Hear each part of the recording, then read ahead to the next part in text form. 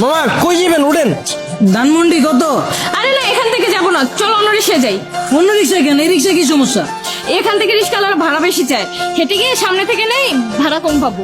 মামা আপনারা খুশি হয়ে যা দিবেন এটাই সই। উঠেন। আরে তুমি জানো না, ওরা এই কথা বলে, পরে রিক্সা থেকে নামার সময় কাহিনী শুরু করে দেয়। তুমি তো কাহিনী করতেছো। একটু আগে বাসের হেল্পারে দেখে গেলে বাসে উঠবা না, এখন আবার রিক্সাও তোমার সমস্যা। সব জায়গায় গেলে তোমার সমস্যা আর সমস্যা।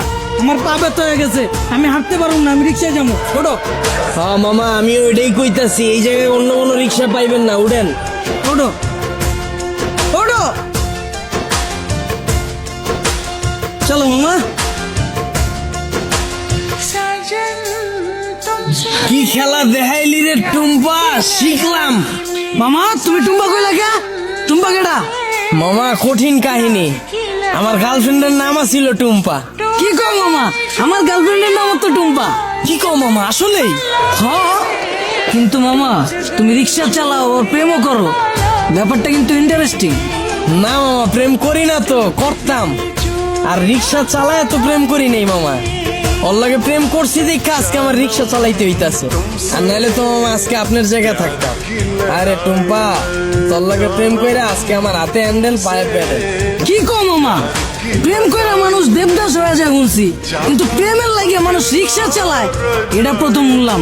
মামা তোমার কাহিনীটা কিন্তু ইন্টারেস্টিং লাগতেছে, গল্পটা কও শুনি। আরে বাবু কি শুরু করছো? ওনার এই ফালতু গল্প শুনে আমাদের সময় নষ্ট করে লাভ আছে।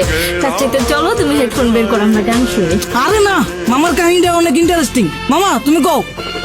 না মামা থাক, বাদ দেন। মামি উনতে চাইতেছে না, পরে দেখা গেল আমার কাহিনী হইনা চিত্তা যাইব। আরে মামা তুমি তোমার গার্লফ্রেন্ডের কাহিনী কইবা, এটা তো হয় চেতবকে। কও মামা শুনি।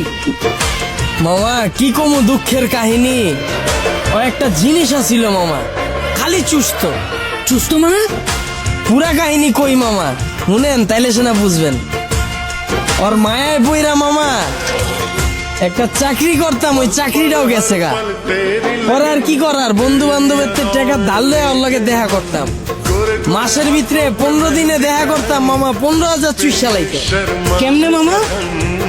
মামা হয়তো মাইয়া ছিল না মামা, হয়তো পিশাচা ছিল, রক্তের মতো টাকা খালি চুইসা খায়া ফেলাইতো। তাও মামা মনের বুঝ দিতে পারতাম, যদি মামা দইরা রাখতে পারতাম। মামা গার্লফ্রেন্ড গেছে কে কেমনে? মামা আমার চাকরি তো চুষেই দিছে। এরপরে মামা বন্ধু বান্ধবের যে টাকা ধার করছিলাম, ওর টাকা তো আর শোধ করতে পারি নাই। পরে আর নতুন করে ধার দেয় নাই, এর লেগে 10 দিন ধরে ওর লাগে দেখা করতে পারি নাই। পরে ভাই অন্য জায়গায় যায় ভাই চোষা শুরু করে দিছে। পরে পরে আর কি মামা, 1 বছরে 10 লাখ টাকা চুষা দিছে। পরে এই 10 লাখ টাকা শোধ করার লেগে মামা এই যে রিক্সা চালাই না শুরু করলাম। চাকরি করে তো মামা এই টাকা শোধ করা সম্ভব না। মামা তোমার কপালটা আসলে খারাপ আছিল, কিন্তু মামা আমার কপাল কিন্তু চান কপাল। আমার গার্লফ্রেন্ড আমার অনেক ভালোবাসে, আর মামা আমিও কিন্তু আমার বন্ধুদের থেকে টাকা ধার লয়া পরে লয়া ঘুরি। কিন্তু মামা ভালোবাসার কাছে টাকা পয়সা আসলে তুচ্ছ জিনিস। কি কও জান? মামা আপনার লেগে দোয়া করি মামা, খালি জীবনে একটাই আফসোস, যারে আম খাওয়া শিখাইলাম এখন আর আম খায় না মামা, আপেল খুঁজে।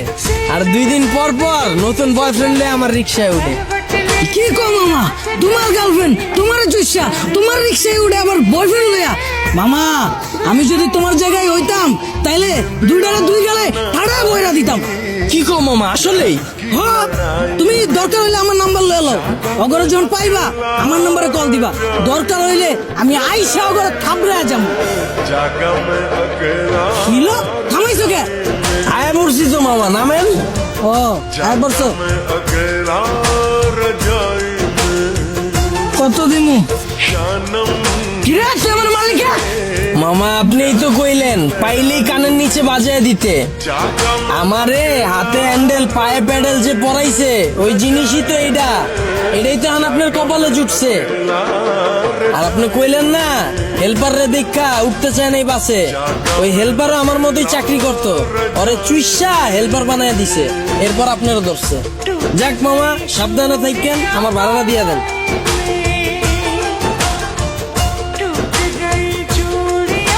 আর মামা চুষা শেষ হইলে যদি রিক্সা লাগে আমার জানেন মামা, রিক্সা আমার পরিচিত আছে এলাকায়। কি খেলা দেখাইলি রে টুম্পা, শিখলাম।